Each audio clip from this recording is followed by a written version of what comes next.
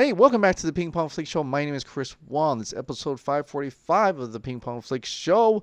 I got you here, an exclusive from DCEU, the Direct, and interesting site. It almost feels like another heroic Hollywood, per se, but there is a scoop here from Daniel Rickman or at Daniel RPK. Exclusive.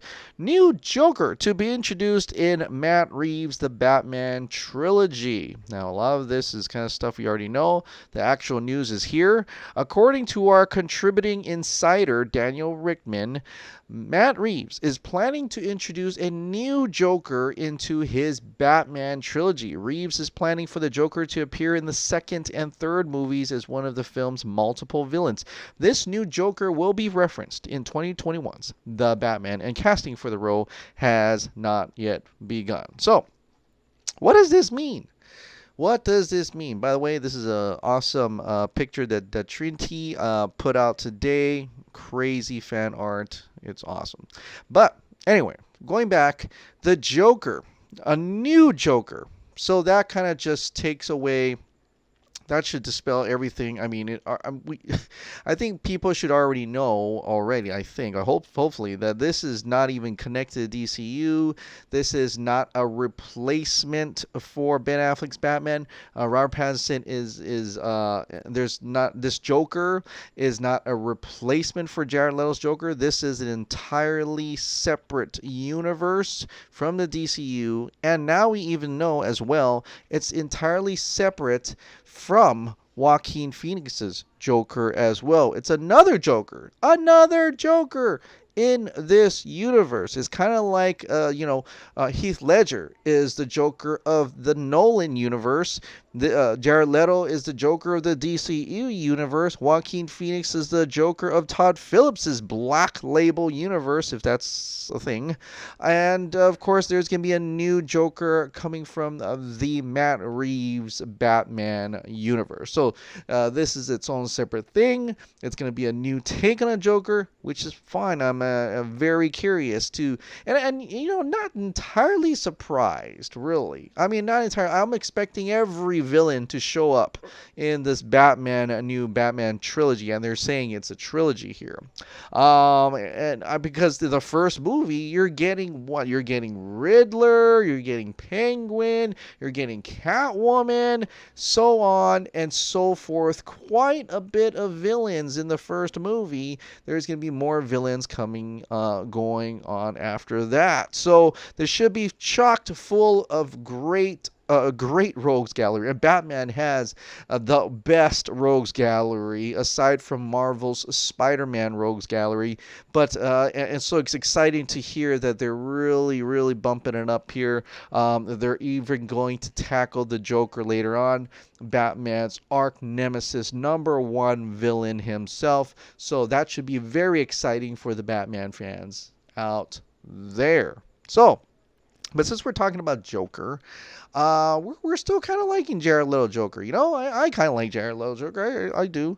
But it's unfortunately we never really got to see the Joker that David Ayer wanted us to see, right? There's a lot of it cut out, a lot of it altered, and we never got to see what he intended for the Joker's arc itself.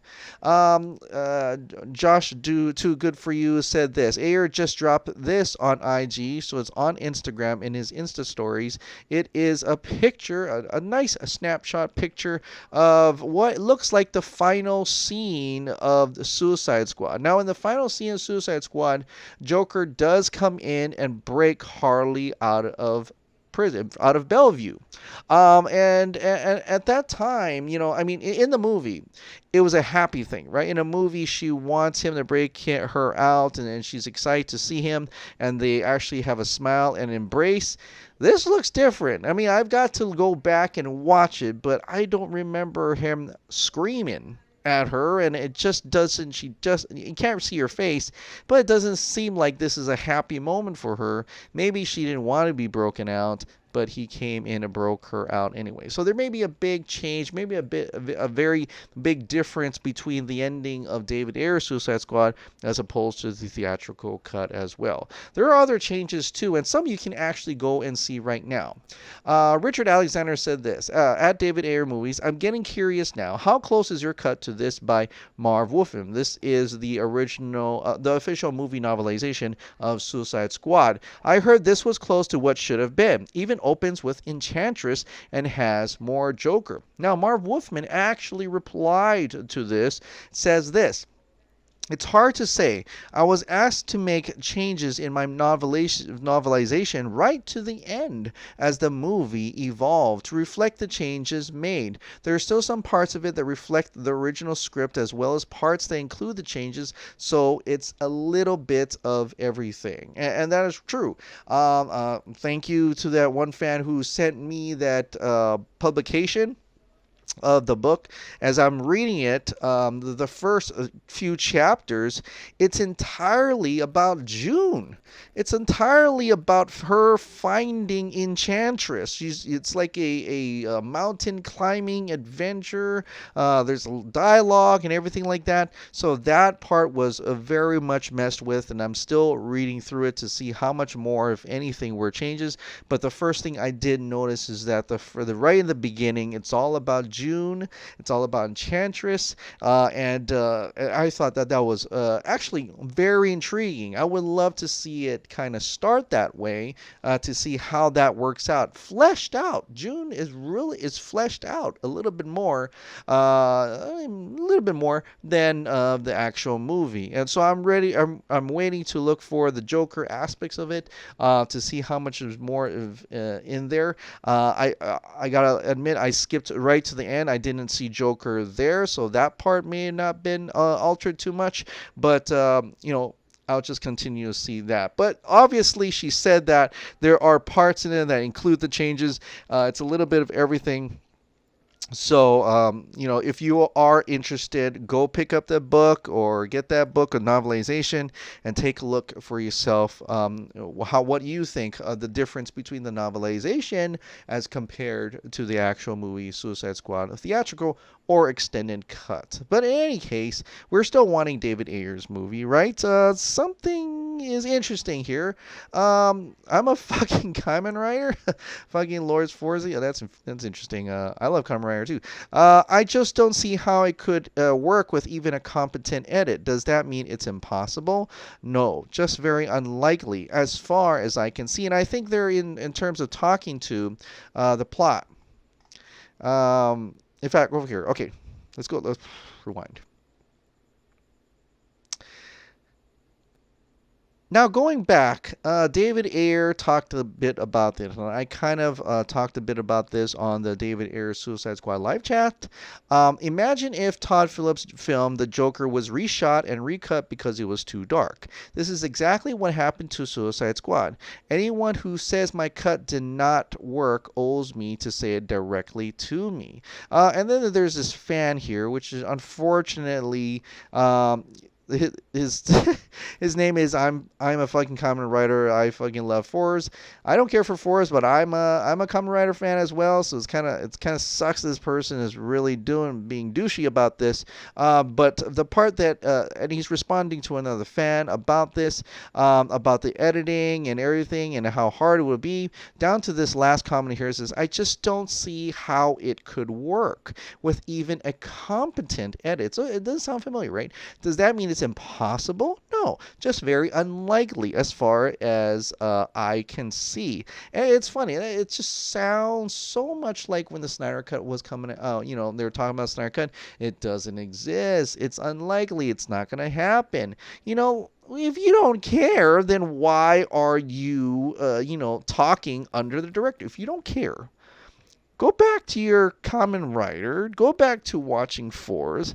I do, but I care. And let people care about what they want to care about. I don't understand this attention seeking, going under directors to tell them they're wrong, to tell them things are not going to happen. If you don't care, then leave it alone. Just go away. Get the fuck out of here. So anyway, but David Ayer did respond to this, and in an interesting little sentence that I thought was kind of like, okay, well, what's this? Don't worry, I got this. Don't worry, I got David Ayer. Quote unquote, don't worry, I got this. Hashtag don't worry, I got this. And with a little wink. A little wink. Okay, so looking at this, he's referring to what? When the person says, I just don't see how it could work with even a competent edit, that means he can make it work. Does it mean it's impossible? Does it, don't worry, I got this, means it is possible? So it's a flip of what that sentence is working. It's working that out. Meaning he got that part. Oh, does that mean it's coming out? Does that mean it's actually coming? Is that they're being worked on or something like that? Or he's just saying, don't worry, I'm going to handle it. Don't worry about the editing and the movie itself. I'm going to be doing this. There's so many ways to interpret don't worry, I got this. But he does very much seem confident that we will get to see the Ayer cut one day. Possibly after Zack Snyder's Justice League. Maybe even after a few chapters or episodes of Zack Snyder's Justice League. And they, you throw on the movie, as in between, like in between seasons or something, whatever. So that could still be possible as well. So I like that he said that. It seems it exudes confidence. It exudes actual possibilities there, that it definitely is a huge possibility that this thing is coming out, or there are talks happening. And I hope it is. I really truly hope it is, David Ayer, for your sake, and you're non-stop coming out almost every single day, championing film, and then so it just gets us really excited to talk about it, and excited enough to kind of just do a little bit of celebration, right? A little bit of celebration. Release the Ayer cut at RT Ayer Cut SS, is resuming that trending events, and it's a fun time to say which character you really like by going through each of these days. June 9th, which is tomorrow, is Deadshot. So show your love and passion for the artistic integrity and freedom for this director, the cast and crew of David Ayer's Suicide Squad. But let's have fun with it. Let's have fun with this. Show David Ayer that we love his movie. We want to see his true vision. Let's support him and say, you know what? We love what you did with Deadshot. We want to see more of what you did with the movie. Here's a GIF. Here's a picture or a video of Deadshot tomorrow. And then for the subsequent days after that, Katana, Slipknot, Harley Quinn, and so on and so forth. I'll link this in the description below. So just go and do it. Just do that hashtag. Put down that favorite pic and GIF or video of Deadshot, and let's just celebrate Suicide Squad. All right. Now, since we're talking about cuts again, we're talking about Zack Snyder's Justice League, which is actually happening. It is happening. I mean, it's coming out next year. Crazy enough, right? We live in a time now, the Snyder Cut, 2.5 years later, has finally been announced. So, Ray Fisher tweeted this out. I don't praise Chris Terrio and Zack Snyder for simply putting me in Justice League. I praise them for empowering me, a black man with no film credits to his name, with a seat at the creative table and input on the framing of the stones before there was even a script. Hashtag Borg Life. Of course, he has an image there from that point where he connects to the mother box, and the mother box is trying to talk to him, trying to persuade him in that scene. And you see some of that nightmare in the background, which is really awesome. So Chris Fisher being very supportive of this, and of course showing that it's a very empowering for him. It's including this movie that's really exudes diversity within this movie, so it's really awesome to see this. Zack Snyder does say that, retweets Ray Fisher out. It says, "You, Ray, are the heart of my movie at Ray Fisher, and that is true. I mean, Zack's have been, and we've been saying it all along. Ray Fisher's Cyborg was the heart of the film. He was supposed to be the heart of Justice League. This was supposed to be Cyborg's origin, and we never got to see it. So, and it's, I'm not surprised that it's going to be surrounded. The whole movie's going to be surrounding him. He is connected to the mother box. That's a huge sort of it. He is kind of connected to the mother box, to Darkseid, to this whole situation here. And also, it's his origin tale. It's about his family. Just as much, it's just like Man of Steel, where Superman, his relationship with his mother, including in BVS, just like Batman and his, relationship with his mother. And we also have Aquaman, relationship with his mother, Wonder Woman, relationship with her mother, even Shazam, even though that's not really part of the Snyderverse, but relationship with his foster mother and his real mother. Ray Fisher would have had the same thing with Karen Bryson's Eleanor Stone, right? We were supposed to have a Victor, Eleanor, even a Silas Stone, their family. This is Cyborg's Man of Steel, essentially, built within a Justice League movie. And I am so happy. I'm so stoked. I'm so excited that we can finally get to see that. And I would really want to see the Cyborg story of this whole thing. The heart of the movie was ripped out, and now it's being plunged back in, and we can't wait to check that out as well. There are a couple interesting things that also occurred as well. Your movie fix, okay, a few weeks ago, Zack confirmed on Vero that Justice League would be in the 1.66 aspect ratio. This is a rather uncommon aspect ratio and will result in small pillar box effect on the sides of the image, opposed to common letterbox on widescreen formats. He's got a nice example here. For those curious, presenting JL in this way would maintain a very tall and IMAX-like image because of the way the shots had to be framed, taller than your average full screen content on TVs. And this is exciting. This is exciting because it's almost like we're going to get IMAX type a deal here with away with the black on top and black border here. I'm not in a technicality in terms of aspect ratios here, but it does sound pretty cool. It does sound like they're trying their very best to get us as a complete, a nice aspect ratio in order to fully kind of experience this movie how it should be experienced in the comfort of your own house, in the comfort of a TV. So I'm really curious to see how this would play out. Thank you so much for your movie fix for putting this out. Now there was another thing that I don't have brought up, but I know someone asked if the Red Sky is still going to be in Justice League, and Zack Snyder said no, it's not going to be in Justice League, and his Justice League, and I don't think it would, because if you think about it, the Red Sky is something that Joss Whedon altered for the theatrical cut. It was never supposed to be there to begin with. So naturally, he is not, like we've said many times, he's not going to use any of the Joss Whedon reshoots, right? He's going to use the original shoot, the original principal photography, the original edits that he have, and the planned edits that was supposed to happen before Joss Whedon came on board. So don't worry about that. It's going to be 100% Zack Snyder. He wouldn't put his name larger than the actual title if it wasn't Zack Snyder's Justice League, right? So there is that. But there's some cool things still happening.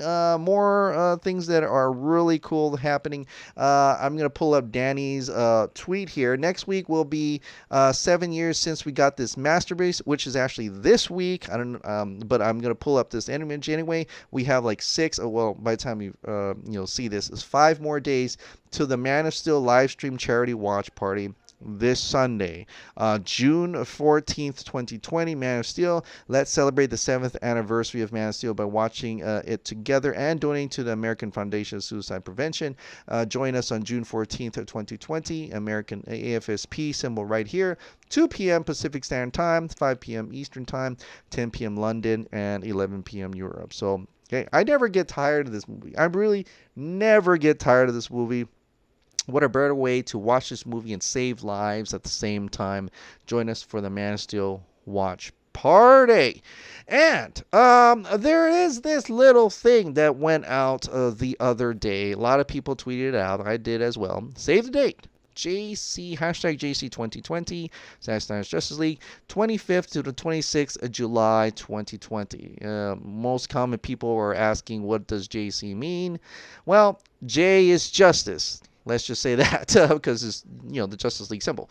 But thank you, Butter Bar, for an incredible design. I'm going to wait until Meg and the Nerd Queens, the arrangers for this fan event, to give out more details on this. But save the date. This is going to be Comic-Con weekend anyway. So this whole date, I mean, if you're a nerd or a geek, or just a fan in general of Comic-Con, this is every weekend. This especially if it's like Hall H, but we're not going to have that. It's Comic-Con at home. I'm always prepared. I'm like telling my family, leave me alone. Just leave me alone. And I got my coffee. I'm going to be splat right here.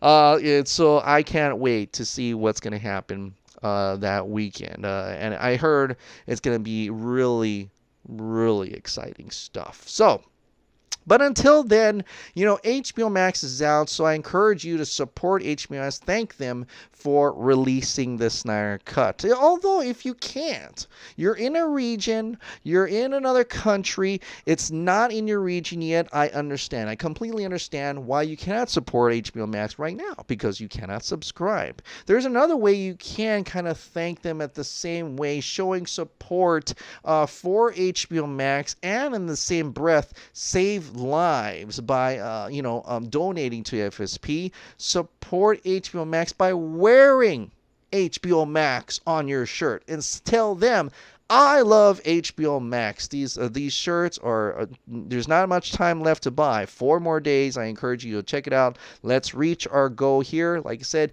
I love HBO Max in front. You've got the hoodies. The back of the hoodies got Release the Snyder Cut. The back of the shirts also have Release the Snyder Cut as well, proudly supporting American Foundations of Suicide Prevention. So check out this. Not much time left, 4 more days, please, and go and support HBO Max, support the AFSP, and of course, release the Snyder Cut of Justice League. Thank you so much, HBO Max, for doing that.